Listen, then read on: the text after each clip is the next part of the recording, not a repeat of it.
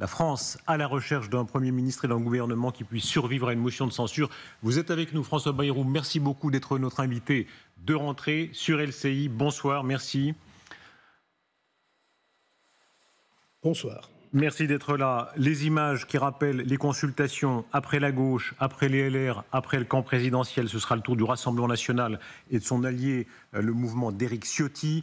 Vous êtes un personnage clé de la recomposition qui est en cours. On va parler du fond, des programmes possibles dans un instant, du gouvernement qui l'incarnerait. D'abord, l'événement immédiat, c'est cette manœuvre ou cette offre de bonne foi, comme on voudra. Hier, sur TF1, Jean-Luc Mélenchon qui dit si vous n'y a pas de ministre LFI, alors est-ce que vous renoncerez à censurer un gouvernement dirigé par Lucie Castet? Que lui répondez-vous? Jean-Luc Mélenchon connaît très bien la réponse. Et c'est une blague et il est parfaitement conscient du tour de passe-passe qu'il essaie de faire. L'opposition à la formation d'un gouvernement autour de LFI, ça n'est pas du tout pour des questions d'étiquette, c'est pas pour des questions de personnalité seulement, ni même de style, encore que le style soit souvent agressif et offensant, mais c'est principalement en raison du programme qui est annoncé. Et ce programme-là est un programme dangereux pour le pays est dangereux immédiatement. On n'a pas le temps de consulter, d'essayer de trouver des accords, puisque le NFP dit notre programme, tout notre programme et rien que notre programme. Et dans ce programme, il y a des choses extrêmement lourdes, extrêmement graves. Je vais essayer d'en indiquer quelques-unes. Le fait qu'on supprime toutes les mesures qui visent à réguler l'immigration et à empêcher l'immigration générale. Non seulement ces mesures sont dangereuses, mais on y ajoute le fait que on rétablit le droit du sol, c'est intégral, disent-ils, droit du sol intégral. Ça veut dire un enfant, un bébé qui naît en France est français automatiquement. Et comme on ne peut pas expulser les parents d'un enfant français, ça veut dire que vous ouvrez absolument les barrières à l'immigration au lieu de réfléchir à la manière dont on peut réguler et faire en sorte que pour ceux qui le doivent du point de vue du droit ou pour ceux qui le méritent, on peut avoir une régularisation. Là, au contraire, vous ouvrez grand absolument toutes les portes et toutes les vannes et ceci est un grave accident. Et c'est la même chose pour toutes les mesures d'augmentation de la dépense publique. On est déjà dans un pays qui a des problèmes de budget très important, comme vous François savez. Bayrou, on va revenir, si vous le permettez, à ces détails de programme et ce qui est acceptable ou non et pour quelle coalition. Mais pour rester un instant encore sur l'hypothèse de Madame Castet, votre réponse aussi à ceux qui disent, on les entend parfois en dehors de LFI, en dehors de la gauche, disant il faudrait lever l'hypothèque. Voilà, il y a une candidature, enfin c'est pas une candidature, on n'est pas candidat, mais gouvernement Castet qui irait à la censure et au moins ça clarifierait les choses. Ils survivent ou ils ne survivent pas. Que dira cela? Oui. Mais ce raisonnement est basé sur des prémices inacceptables. L'affirmation de base, c'est que le NFP aurait gagné cette élection, aurait la majorité. Il se trouve que le NFP a 1/3 des sièges. Les 2/3 des sièges sont contre lui.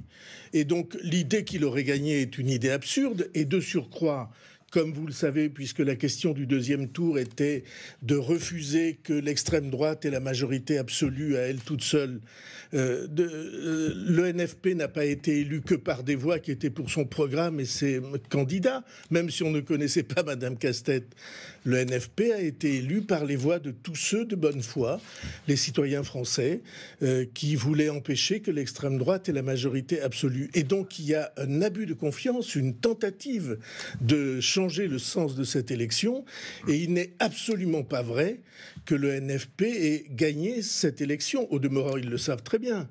Mais alors, évidemment, c'est la tactique du moment d'essayer de tendre un piège. Alors François Bayrou, est-ce qu'il est temps d'aller plus vite, c'est-à-dire de nommer un Premier ministre, comme ça se fait en fait dans beaucoup de démocraties, au chef d'État, il nomme un Premier ministre qui essaye de former un gouvernement, et les choses se clarifient plus vite. Les gens disent oui, je suis d'accord, je ne suis pas d'accord d'être ministre, plutôt que d'avoir cette longue attente à laquelle on assiste.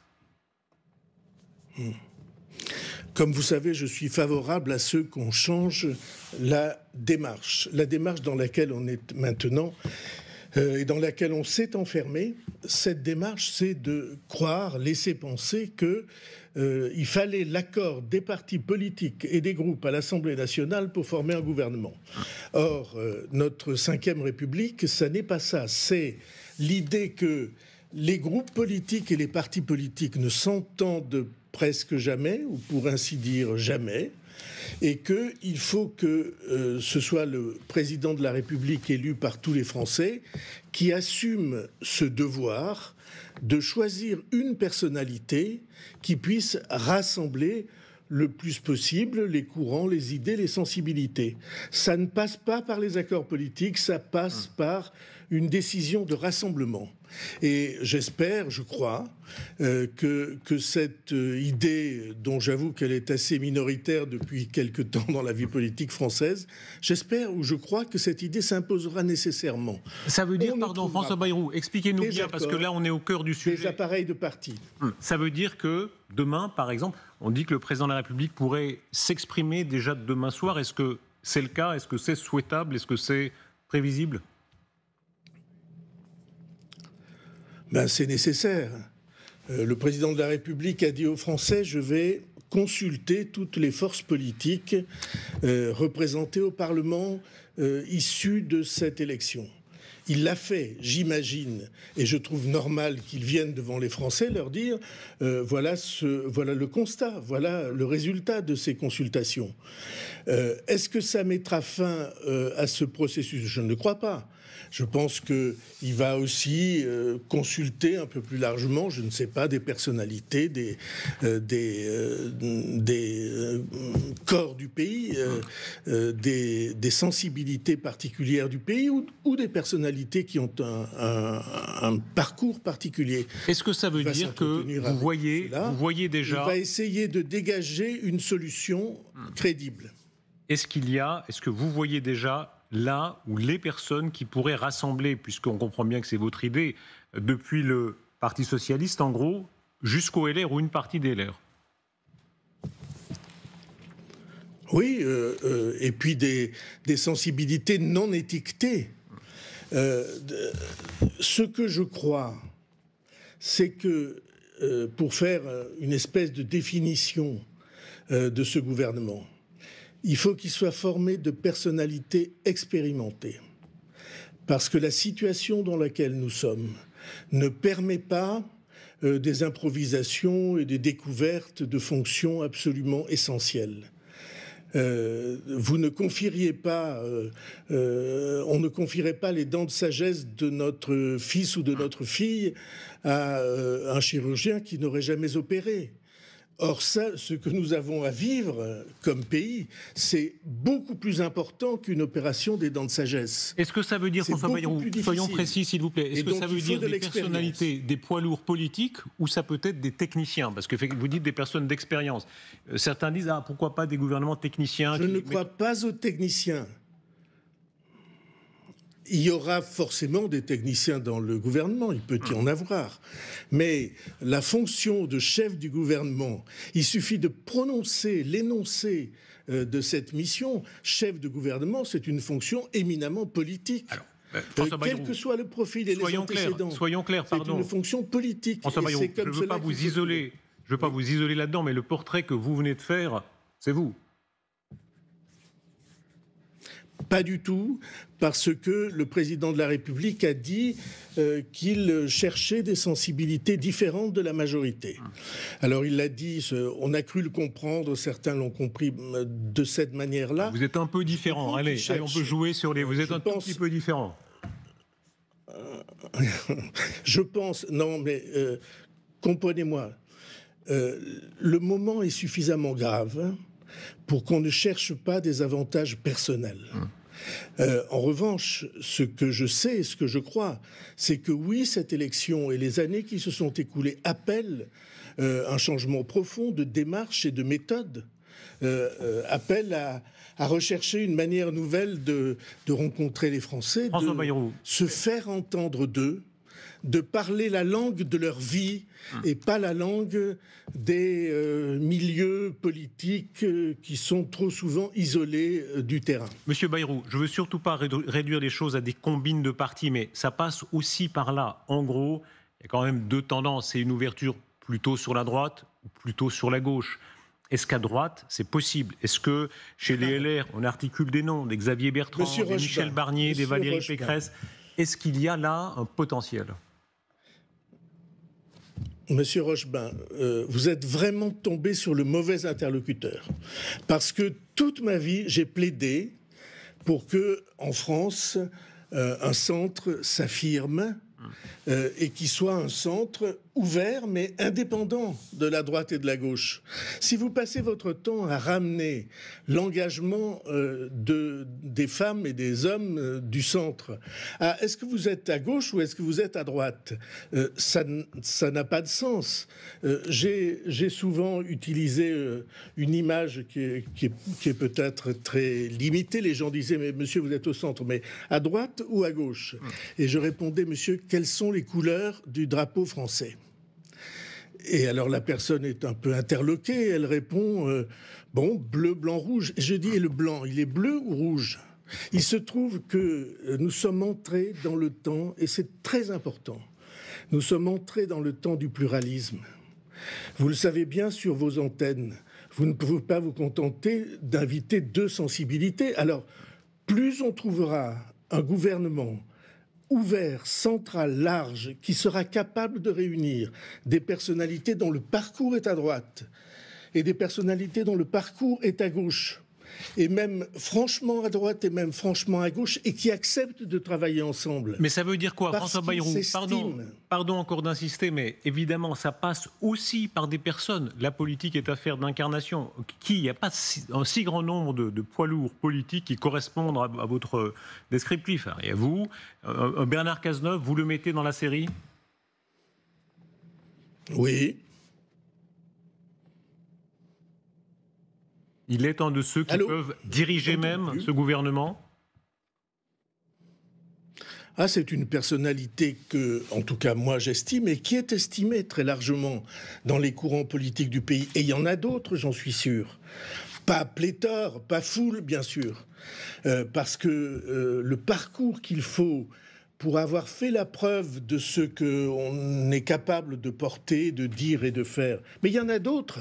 Je ne limite pas le nombre de ceux qui peuvent faire ça. Je sais que les qualités sont des qualités qu'on ne peut pas éluder, qu'on ne peut pas oublier. On ne peut pas improviser des parcours politiques dans un moment aussi important que celui-là. Vous sentez bien qu'il n'y a pas beaucoup d'issues après. On est dans un moment qui est un moment que tous les Français ressentent comme grave, et ils vérifient que la malédiction française, historique, la malédiction de l'histoire de France, qui est la division du pays, est en train de d'éclater, d'exploser partout.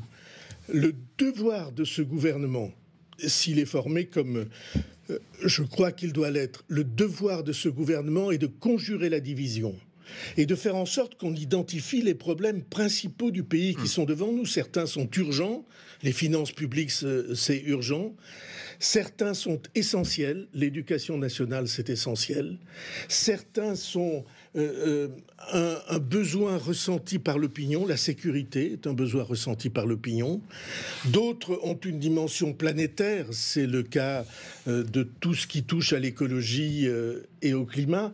Et tout cela l'Europe est une question essentielle. Quand vous disiez tout à l'heure un gouvernement NFP, dans le programme du NFP, il y a le refus des règles que l'Europe s'est imposées à elle-même. Si on ne respecte pas les règles, eh bien, ça veut dire simplement qu'il n'y aura plus d'Europe. Vous voyez bien à quel point on est dans un moment de gravité et d'urgence. Et beaucoup le ressentent. François Bayrou, on a vécu un été qui a montré qu'on pouvait se réunir. François Bayrou, Mais il faut la traiter. Dans ce large rassemblement que vous appelez de vos voeux, il y a la question particulière des LR. Dans une première version, les LR disaient « faites votre gouvernement ». Et on peut, disons, s'abstenir de le faire tomber. On peut s'abstenir de toute motion de censure, tant que LFI n'en est pas. En gros, c'était leur discours. Est-ce que vous aimeriez qu'ils aillent plus loin, c'est-à-dire qu'ils montent dans un bateau, qu'ils fassent partie d'un gouvernement? Est-ce que ça aurait un sens pour vous? Monsieur Rochebin, ça n'est pas que j'aimerais. Je pense indispensable que les sensibilités principales du pays, et notamment celle-là, la droite républicaine qui a exercé le gouvernement, qui a exercé les fonctions de gouvernement pendant des années et des décennies, mais le Parti socialiste aussi, et puis le centre français, et puis des sensibilités qui sont carrément plus indépendantes et autonomes. Mais pardon, même un Laurent Wauquiez, devoir de se réunir. Un Laurent Wauquiez, il y a une partie de la droite, en gros, qui disait faites votre affaire sans nous. Est-ce que même un Laurent Wauquiez aurait son sens, selon vous, dans cette union? D'abord, c'est à lui de le dire, mais vous voyez bien que je ne fais aucune exclusive. Ce qui me paraît pas possible, c'est les extrêmes ou les idées des extrêmes. Mais tous les autres, s'ils mesurent la gravité de la situation, et je suis sûr qu'ils le font, et ils vont la mesurer davantage encore au fur et à mesure que les jours vont passer, tout cela ont une responsabilité qu'ils ne peuvent pas écarter, ils ne peuvent pas s'en abstraire. Autrement, c'est prendre le pire des risques pour le pays et pour nos institutions. Et donc, oui, je crois que ces personnalités-là ont le devoir de réfléchir à leur engagement dans la période historique où nous sommes. Monsieur Bayrou, est-ce que c'est le moment d'entrer, quoi qu'il en soit, dans une cohabitation? Il y avait, je crois que c'est dans la Tribune, l'excellent dessin de Chapat qui montre le président de la République sur le divan du docteur Freud, disant « je me vois cohabiter avec moi-même », ce côté un petit peu, encore un instant, monsieur le bourreau. Est-ce qu'il y a là un déni de réalité, comme certains le pensent, à tort ou à raison? Est-ce qu'il faudra partager le pouvoir pour le président de la République? Je ne le crois pas. Je ne crois pas qu'il y ait un déni de réalité. Mais je crois à la nécessité absolue que la Constitution prenne son plein sens. Je n'ai jamais cru à l'affirmation d'un certain nombre de responsables politiques dans les années précédentes qui disaient il n'y a pas de Premier ministre, le Premier ministre est un collaborateur. C'est le président qui décide de tout. Ça y a souvent ressemblé. C'est pas un secret, ou c'est un secret que je vous révélerai. J'ai souvent eu des discussions avec Emmanuel Macron sur ce sujet. Je pense qu'il y a une fonction présidentielle et une fonction de gouvernement. Et que ce n'est pas... et une fonction du Parlement. Je suis pour un président fort et un gouvernement fort, ce qui veut dire une dose d'indépendance, une manière de prendre les choses qui s'adresse directement aux Français, et un Parlement fort. Les trois pôles de nos institutions doivent être forts pour que nos institutions soient respectées et que pour ceux qui occupent ces fonctions se sentent bien. Personne ne veut être secondaire. Personne ne veut être aux ordres, personne ne veut être soumis. En tout cas, moi, c'est pas ma manière d'être. François Bayrou, je ne crois pas que ce soit bon. Vous avez donné une limite sur la gauche en disant, par exemple, la révision de la réforme des retraites, n'est-ce pas? Ça fait partie de, si je comprends bien, ce qui pour vous n'est pas négociable. C'est bien cela? Non, je n'ai pas dit ça. Là, il y a une ouverture possible. J'ai dit que les décisions sur l'immigration étaient impossibles. J'ai dit que les décisions sur la sécurité étaient impossibles. J'ai dit que les décisions sur les finances publiques étaient impossibles. J'ai dit que le pacte national que nous avons construit autour d'une électricité décarbonée, et je pense évidemment à la production nucléaire d'électricité, tout ça c'est évidemment absolument essentiel. Alors, pardon d'insister, est-ce que sur la question de la production, sur la question de la réforme des retraites, est-ce qu'un aménagement, parce que s'il faut ouvrir à droite et à gauche, il faut évidemment élargir un peu les bras, Est-ce que sur la réforme des retraites, il y a un geste possible? J'allais vous répondre, et c'est une réponse absolument personnelle. J'engage personne en disant ça. J'ai pensé que la manière dont on avait conduit la réforme des retraites, franchement, n'avait pas réussi à convaincre les Français. Et je suis persuadé qu'il y a d'autres démarches possibles, mais ça ne signifie pas qu'on peut se priver d'une réforme des retraites. Je pense que la réforme des retraites, elle est vitale, elle est indispensable. Je pense que le pays porte une charge incroyable. Vous savez que j'avais sorti une étude, j'étais venu en parler à votre micro, au commissariat au plan, une étude sur le financement des retraites qui montrait que c'était l'État, c'est-à-dire l'emprunt, c'est-à-dire les générations à venir qui payaient aujourd'hui les pensions de retraite. Donc une réforme de retraite est indispensable, mais on peut tout à fait imaginer une démarche différente. Après tout, une démarche différente avait été proposée avant par le même gouvernement et soutenue par des forces syndicales, par exemple. Je pense que cette question peut être traitée à nouveau. Mais je répète, ceci est personnel et je n'engage personne en disant ça. Qu'est-ce qu'il en est de l'ouverture sur la droite ? Sur la droite, évidemment, c'est la question de la rigueur budgétaire qui appelle, qui est demandée de la part des LR. Si, comme vous le dites, vous l'avez dit tout à l'heure, il serait sain que, y compris ce grand parti de gouvernement historique, fasse partie de la formation du gouvernement. Est-ce que là, il y a un geste qui doit être fait par ce nouveau gouvernement pour plus de rigueur budgétaire ? Je ne sais pas ce que vous appelez rigueur budgétaire. Je sais, moi, ce que j'appelle équilibre. Quand on voit les chiffres de la dette, etc., à moyen terme et à long terme. Je ne crois pas qu'il y ait en France de personnalités politiques qui se soient engagées autant sur la dette que je l'ai fait au cours des 2 décennies précédentes. J'ai été le militant de cet équilibre-là et je considère que le déséquilibre dans lequel nous sommes entrés est grave. Non pas que l'emprunt soit une faute, mais il faut emprunter pour investir, pour construire, pour mettre en place une capacité des universités, des hôpitaux, enfin que l'emprunt doit servir à préparer le pays des générations futures et pas à signer des chèques aujourd'hui pour la génération actuelle. Et donc je suis évidemment certain qu'il va falloir qu'on trouve une stratégie budgétaire pour que cette question de la dépendance à la dette se trouve réglée. Si on résume, François Bayrou, pardon, hein, vous me dites si je vous caricature, je ne vais surtout pas le faire, mais vous parlez d'un gouvernement de large union qui irait de socialisme. Je ne vous laisserai pas le faire. Et vous avez bien dit, les LR aussi en tant que parti, hein, c'est bien ce que j'ai compris, pas seulement voilà. Est-ce que le parti présidentiel peut revenir? À quel degré peut-il revenir dans ce parti? Je rencontrais certains ministres qui tout à coup reprennent espoir, qui disent oui, je pourrais continuer à ma place, au même ministère. Est-ce que c'est imaginable pour vous? Je ne suis pas sûr que ce soit une démarche qui corresponde au moment où nous sommes. Je ne regarde pas les parcours individuels et je pense que le pire est de regarder les parcours individuels. Mais il y a une chose que je crois, c'est qu'il y a dans le pays 5 courants, au moins peut-être 6, qui sont des courants historiques. Il y a l'extrême droite et l'extrême gauche, ça fait 2 courants. Il y a les courants de la gauche de gouvernement et de la droite de gouvernement, c'est 2 courants de plus. Il y a les écologistes et il y a le centre. De tous ces courants-là, le centre, s'il accepte d'être ce qu'il est le plus cohérent, il n'y a pas de division sur les orientations du pays. Grosso modo, tout le monde a les mêmes. C'est aussi le plus nombreux de ces 5 courants, de ces 6 courants.